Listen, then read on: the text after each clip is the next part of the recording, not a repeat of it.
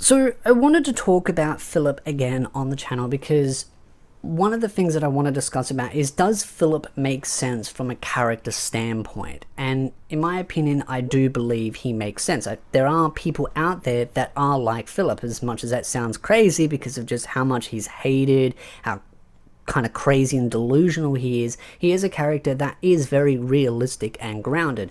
And one thing to note is that the author has written some characters that are actually based on people that the author has met in real life. One of them is a character that I shortened the name down to Rem, but it's not exactly Rem, it's Remedis, I believe is the pronunciation. That's from the Holy Kingdom arc, and a lot of us refer to her as some pretty brutal words, but she is actually based on a colleague that the author worked with.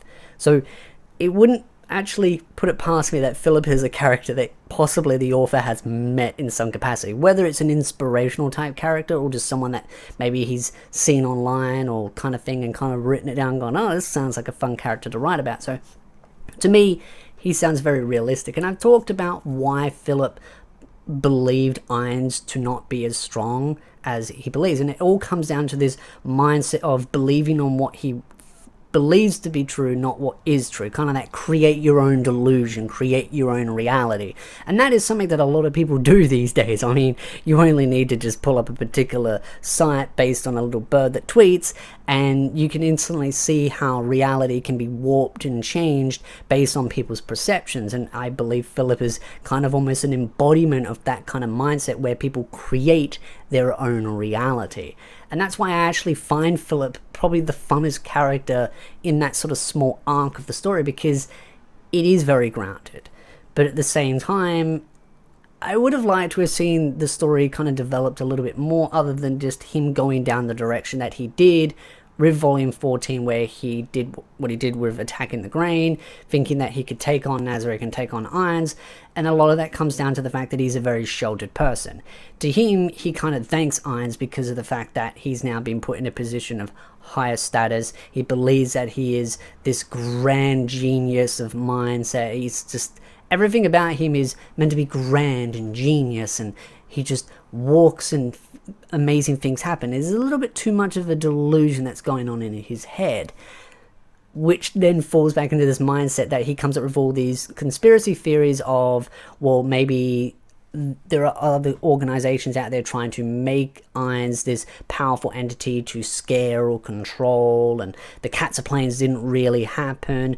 But when you see the scars on some of the soldiers, the fear, the panic, and how things turned out, you would think maybe he might have investigated a little bit, maybe tried to talk to other people and say, hey, what do you know about the Cats of Plains? What do you know about this individual, this powerful entity out there, and about those that follow him and do as he's bidding? And maybe then Philip could get a better understanding of what really has been going on. And there are other even more powerful entities out there that were in disbelief but saw reality and were like, okay, we need to look into this more. And they did, and they realized, okay, this is the real deal. And even they don't even grasp Ainz's full power and potential, which is understandable because, again, when Ainz only casts one spell, you don't really get a great gauge of the full scope of his power, and also the fact that he is not using all of the other assets when it comes to Nazarick. So, again, even just what he has shown on its own should be enough to scare Philip, but because Philip is very sheltered and just thinks that what he thinks in his head is that, he doesn't question himself, he doesn't question reality and maybe dig a little bit deeper, he comes up with these ideas of grandeur and thinking that it's all just fake, that he can somehow come up with a master plan, which is why so many people, when he did what he did, were just kind of like, wait, there has to be more to this. Like, you couldn't be this stupid, right?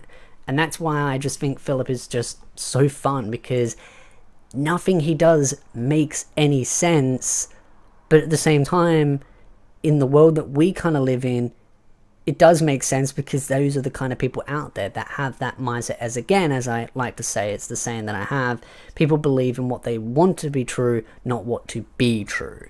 So that's why I think Philip's just such a fun character, and seeing the fate for him is also just even more satisfying. But one of the things I would have liked to have seen is him try to do something a little bit more stupider. Like, this is sort of a a what if scenario that instead of him attacking the grain in the way he did, and if the story was going to play out a lot longer, which I do believe the author intended for the story to go a little bit longer with this arc, but instead it decided to condense it down and create something a little bit different, I would have liked to have seen him try and play some political game where he tried to gain influence and maybe by fluke did, and then tried to force a marriage onto Albedo, and then just seen her response would have been hilarious. Because if you see some of the scenes from the anime and even in the light novel, she does not like him touching her. Like she hates it, despises it. And seeing other people that are working alongside Albedo that are humans freaking out, panicking and sweating, going, oh my god, I just kind of thought it'd be more fun that if there wasn't maybe a volume extra to the story that put Philip in that situation where he tried to gain influence and was used as a puppet, and then tried to come up with this grander idea of forcing a marriage onto Albedo with him, and it kind of just went really horribly wrong for him, and it ended up leading kind of probably to the same outcome. I feel like at the end of the day, the journey is what was changed originally from the author's plans, but the destination is still the same, where Philip is just going to be tortured. But it would have been kind of funny if Philip really did try and just failed miserably, because just seeing Albedo's disgust and the face that she gives at Philip with how he tries to pursue her and kind of get all cozy, touchy, goey kind of thing, I would have liked to have seen it, especially if like he tried to maybe get a little bit too close and then she just snapped and just broke his arm or hand and just twisted it. I mean, you gotta remember, Albedo's got some power behind her. But to them, the other people around her that are interacting with her, not the floor guardians or the NPCs, but the other humans, they don't realize just how powerful she is. And that's one thing that does happen in the light novels. When she does deliver a message, they did consider actually stopping her and imprisoning her, but we all know that would have gone terribly. But to them, they just thought she was just a simple woman that was just relaying a message, that was just doing, again, the orders of Ainz and Nazarick. So yeah, it would have just been kind of fun to see maybe a different type of outcome, but it is kind of a what if scenario, and I'd love to know your thoughts in the comment section down below. What other type of story would have you liked to have seen gone with Philip, and maybe him trying some other different shenanigans? Because I do feel like there was a little bit more destined for him. What it was, I can't really put my finger on, but I feel like there was a little bit more planned for his story arc, but it was just condensed down. But the end result was pretty much what I think was intended anyway. So love to know your thoughts in the comment section down below. Of course, if you do like this kind of content, remember to hit the like button, subscribe, leave a comment. Who's your favorite characters? What other topics would you like me to talk about in Overlord? And if you want to support my channel, check out the Patreon for additional perks. But if you like this video, hit the like button, subscribe for more anime content, and I'll see you beautiful nerds in the next video.